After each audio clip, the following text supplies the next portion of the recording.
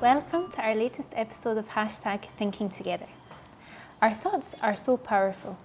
If you have positive thoughts, you'll have a positive life. And equally, if you have negative thoughts, you'll have negative life. So how can we control our thoughts so that they're positive and we live the best life we can? Number one, remember that God qualifies the called. Sometimes we don't think positively because we look at our own weaknesses. We feel that we can't achieve anything, we're hopeless, we're limited. Do you remember Moses? When God called him to serve, what did Moses say to God? If we read together Exodus chapter 4 verse 10, Moses said, "But I am slow of speech and slow of tongue." But God still used him, because God doesn't call the qualified, He qualifies the called. Do you remember in the miracle of the 5 loaves and 2 fish? All they had was something very limited, but when they left it in God's unlimited hands, they fed over 5,000 families and had 12 baskets of leftovers. So, in order to think positively, don't look at your weakness, look at God's mighty hands working with you. The second thing that can be a barrier to positive thinking is the obstacles that we face. In any task we do, we are bound to face obstacles. We've got 2 choices. We can either stop and give up and become frustrated, or we can keep going until we overcome those obstacles. Do you remember Zacchaeus? He had many obstacles in terms of meeting Christ. Firstly, he was a short man, and the crowds were surrounding Christ, but Zacchaeus didn't let that stop him.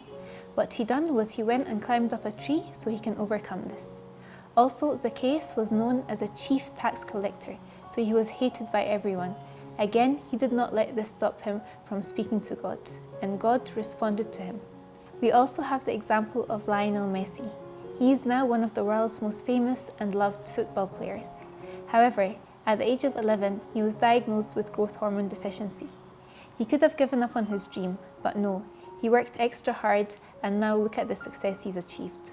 So point number 2, remember that no matter what obstacles you encounter, with God's grace you can overcome them.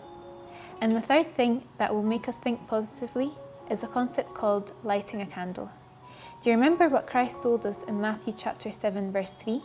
He said, "And why do you look at the speck in your brother's eyes, but do not consider the plank in your own eyes?" Some people, all they do is criticize others. They can only see the negatives. But there's a phrase that says, instead of cursing the darkness, light a candle. Whenever you see something wrong, don't sit and moan. Take action and improve things for yourself. Nehemiah taught us this. Do you remember when he saw the walls of Jerusalem in ruins?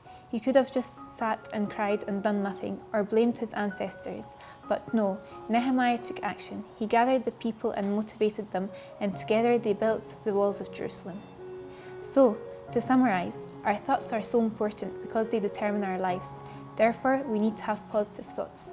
There are a few things that we can do to have positive thoughts. Number 1, don't focus on your weakness. Remember that God qualifies the called, so focus on God's unlimited abilities to help you.